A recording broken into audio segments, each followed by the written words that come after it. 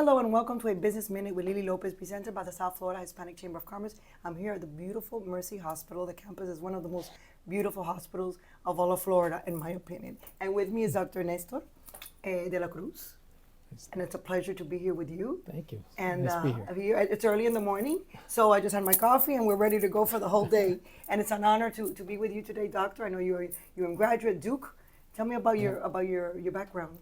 Well, I was born here in Miami and spent part of my childhood here. And then, I don't know why, in middle school, my parents decided to move to North Carolina. We moved away. I spent the next junior high, high school, college years in North Carolina, and then came back to Miami back in the early 90s and have been here ever since. Oh, wow. Okay. Yeah. And tell me about your background. And after studying, you came directly here to HCA Mercy Hospital? No. So I finished my residency at Jackson years ago and then went into private practice, where I started at Mercy as one of my places to operate out of. Was here for about 5 years, and then I went into private practice, a couple of other hospitals here in town. Then I joined the university in 2009. I was there for 16 years. And then about 2-3 months ago, I just left the university to come back to HCA and come back to Mercy. And we're starting a big bariatric and metabolic program now. So what is a typical day for you? Surgery days, every day? No, every day is a little different, actually. Now it's we're doing a lot of program building and relationships to let people know what it is that we're actually doing, since this is so brand new. But bariatric wellness, that's new, right? I haven't heard of bariatric. I know the surgery, yeah. But there's there's injections, and there's a lot of different things to lose weight. So I mean, obesity is it's the biggest epidemic we have in the country right now, and probably the biggest preventable killer that we have in the U.S. And so I got board certified. I'm a board certified surgeon, but I was also board certified in obesity medicine, so I can treat the whole spectrum of disease. That's basically a new branch, if you will, of medicine, right? Obesity surgery? Obesity medicine. Oh, obesity medicine. Yeah. Right? So this is eligible for a bunch of different types of doctors who can study to treat obesity, since obesity touches almost every single branch of medicine. And I did this because I wanted to be able to give my patients the whole different breadth of treatment for obesity, whether they need to lose 15, 20 pounds, and we need to try some different exercise plans, or start them on medicines, or proceed to surgery. Or different And tell me options. about those medicines. The medicines have been great. I mean, there have been medicines to treat obesity now for 50, 60 years. Oh, really? I did not know that. Yeah, oh, yeah. Okay. People don't know very much about We're that not sort informed. of stuff. But the outcomes from those medicines didn't have huge weight loss. Okay, so people were losing about 5%, 6% of their total weight with those medicines, and they tend to regain them when they stop them. What has really exploded the obesity medicine has been the GLP-1 analogs, which are the drugs that you inject right now, and soon will be pills, but they mimic some hormones that we have in our bodies that really are the ones that affect our metabolism. They affect your hunger, your satiety, and what your body does with the nutrients that you eat. And with those, people are losing 15 to 18, even 20% of their total body weight loss. Right. So it has been an incredible increase. And so we're getting people, luckily, who are treating their obesity that are kind of given up on it. And is it safe? Yeah, it is. It is safe. There's a lot of bad talk about it, but I think it's because obesity in society and even in healthcare a lot of times gets a bad rap. People say it's a willpower issue, it's a laziness issue, and that couldn't be farther from the truth. It's a diet, right? It should be diet. It's a disease process, like many other diseases. But in Europe, they don't have that. In other countries, they do, but it's actually they're catching up to us. Really? Okay. And part of the problem, I believe, is because of the ultra processed foods. That's what I was going to say. And so the ultra processed foods and people that are genetically predisposed stimulate changes in the productions of proteins from their genes that increase their risk of obesity. So some people that don't have the genes to become obese, they could eat whatever they want, and it doesn't stimulate it. That used to be me. Yeah, and before we started the show, I said I used to have the sweet condensed milk, and I used to have all dessert, and nothing would happen. Yeah. Now it's different, but I was always like this. So it's my metabolism, So I the guess. problem is things change over time, and our genes don't change, but the way they're activated can change by our environment.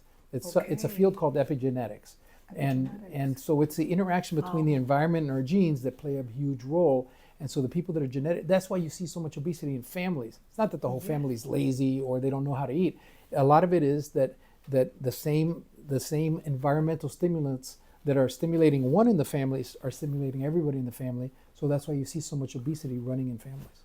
This is amazing. We need to bring you to a Hispanic chamber lunch. I'd love to talk talk about this, because this is something that people have not been talking about. And with Ozempic and all these medicines, now people know more. They're starting to learn more, and I had no idea. Exactly. Do you know that we're adequately treating less than 5% of people with obesity in the United States, meaning 95% are inadequately treated or not being treated at all.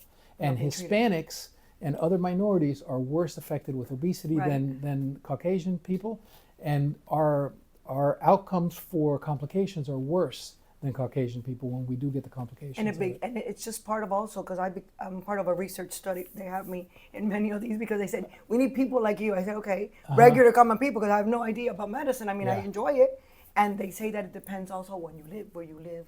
There's certain areas, right? Yeah. Depends on the neighborhood, on the well, wherever you live. It depends. There's more obesity in certain low income areas. Low income areas that they call, we have what are known as food deserts in the U.S., where you can have neighborhoods where there's no real grocery store within a certain amount of distance, and if people don't have cars, they can't get to a grocery store. So all they can shop at are little fast food stores or the mini marts or whatever, which don't have the healthy foods that you need to eat and survive. Exactly. Yeah. Oh so, my gosh. So yeah, it's a big problem. It is a big thing. And what is a typical day for you? You arrive here at the hospital what time? I get here at anywhere from 7 to 8 o'clock in the morning. This morning I was at a cancer conference, so I was listening to different patients. Okay. Yeah. Already. So I was listening to patients and outcomes of patients that were newly diagnosed with cancer. Some days I'll go to the operating room to begin operations and operate most of the day. And cancer and diet? Because you incredibly related. Oh, okay. So there are about 13. Yeah, there are 13 different types of cancers that are made worse, or obesity is a risk factor for, as well as making outcomes worse. So things like breast cancer, completely proven that if you're obese or you suffer from obesity and you have breast cancer, your outcomes are worse. Your chance of dying from it are worse. The chances of it coming back once you get treated is worse. So weight loss helps reduce the risk of all of those things happening. Prostate cancer, colon cancer, stomach cancer, esophageal cancer, pancreatic cancer. There's a bunch of different cancers that are hormonally related that obesity plays a role on, and that getting rid of that obesity can reduce the risk. And everybody talks about, why we're seeing so much cancer in young people, right? Yes. And they're blaming it on the vaccines. But in reality, it most likely is that we have so much obesity in such young people that is what's increasing the risk. And the feeling is that a significant percentage of the new cancer diagnoses are directly related to obesity. I love this. And this is a business minute, usually like 5 or 6 minutes. But I think with you, I could do like a whole hour. I love it. Oh, this is great. And the people that watch the show are going to be very impressed. And I'd like to invite you to come to our events to talk, because I know that I will always say yes. Everybody will love to hear about this, because this is new.